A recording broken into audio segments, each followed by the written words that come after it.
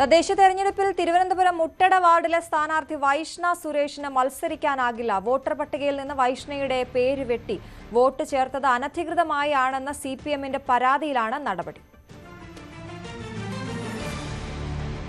ഞങ്ങൾക്ക് ഒന്നാമത്തെ കാര്യം ഇലക്ഷൻ കമ്മീഷന്റെ ഈ പറഞ്ഞ പോലെ പേര് വെട്ടി എന്നുള്ളതിന്റെ പ്രൂഫൊന്നും തന്നെ ഞാൻ ഇതുവരെ കണ്ടിട്ടില്ല.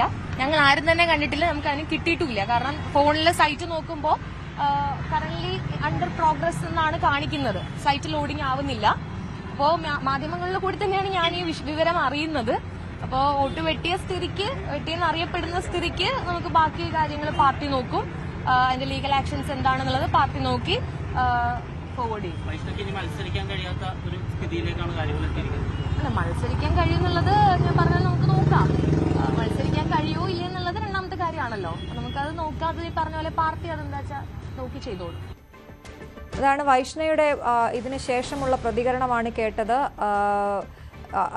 വളരെ നേരത്തെ തന്നെ പ്രചാരണമടക്കം തുടങ്ങിയ ആളാണ് വൈഷ്ണ. മുട്ടട വാർഡിൽ ഒരു വളരെ യങ് ആയിട്ടുള്ള സ്ഥാനാർത്ഥി എന്ന നിലയിൽ വലിയ രീതിയിൽ പ്രചരണം തുടർന്നു വരുന്നതിനിടെയാണിപ്പോൾ വൈഷ്ണയ്ക്ക് വലിയ തിരിച്ചടിയായി ഇപ്പോൾ ഈ തീരുമാനം വന്നിരിക്കുന്നത്. വോട്ട് ചേർത്തത് അനധികൃതമായാണ് എന്ന സിപിഎമ്മിന്റെ പരാതിയിലാണിപ്പോൾ ഈ നടപടി ഉണ്ടായിരിക്കുന്നത് എന്നാണ് മനസ്സിലാക്കുന്നത്.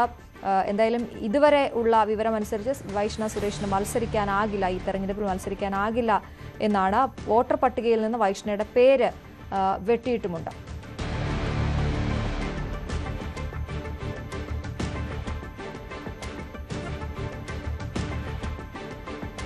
വി അരുൺ വിവരങ്ങളുമായി ചേരുന്നു. അരുൺ, എന്താണ് സംഭവിച്ചത്?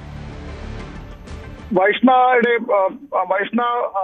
വോട്ടർ ചേർക്കാൻ നൽകിയ വിലാസം, കെട്ടിട നമ്പറിലുള്ള കെട്ടിടത്തിൽ ഇവിടെ വൈഷ്ണ താമസമില്ല എന്നാണ് പരാതി തെരഞ്ഞെടുപ്പ് കമ്മീഷന് ലഭിച്ചത്. അങ്ങനെയാണ് നഗരസഭ രേഖകൾ പരിശോധിച്ചത്. ആ കെട്ടിടം റഹീം ഷാ എന്ന വ്യക്തിയുടെ ഉടമസ്ഥയിലുള്ളതാണെന്ന് പിന്നീട് കണ്ടെത്തി. ഇലക്ഷൻ ചുമതല ജീവനക്കാരുടെ പരിശോധനയിലും മുട്ടട വാർഡിൽ വൈഷ്ണ താമസമില്ലെന്ന് തിരിച്ചറിഞ്ഞു. അമ്പലമുക്കിലാണ് വൈഷ്ണ താമസിക്കുന്നത്. കുടുംബ വീടെന്നാണ് വൈഷ്ണ പിന്നീട് ഇപ്പോൾ നിലപാട് എടുക്കുന്നത്. ഏതായാലും ഈ വൈഷ്ണ ഹാജരാക്കിയിട്ടുള്ള വിലാസത്തിൽ വൈഷ്ണ എന്ന താമസക്കാരി ഇല്ലെന്ന വീട്ടുടമയും ഉദ്യോഗസ്ഥർക്ക് മൊഴി നൽകി. അങ്ങനെയാണ് വൈഷ്ണയുടെ വോട്ട് പട്ടികയിൽ നിന്ന് നീക്കം ചെയ്യാനുള്ള തീരുമാനം വന്നത്. പക്ഷേ വൈഷ്ണയ്ക്ക് അവിടെ മാത്രമായിരുന്നു വോട്ടുണ്ടായിരുന്നത്. അതുകൊണ്ട് തന്നെ വോട്ടർ പട്ടികയിൽ പേരില്ലെങ്കിൽ തെരഞ്ഞെടുപ്പിൽ മത്സരിക്കാനാകില്ല. അതുകൊണ്ടാണ് ഇപ്പോൾ വൈഷ്ണയ്ക്ക് തെരഞ്ഞെടുപ്പിൽ മത്സരിക്കാൻ കഴിയില്ല എന്നൊരു സാഹചര്യത്തിലേക്ക് കാര്യങ്ങൾ പോകുന്നത്.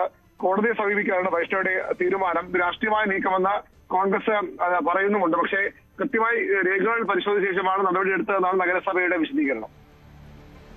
വി അരുണാണ് വിവരങ്ങൾ നൽകിയത്.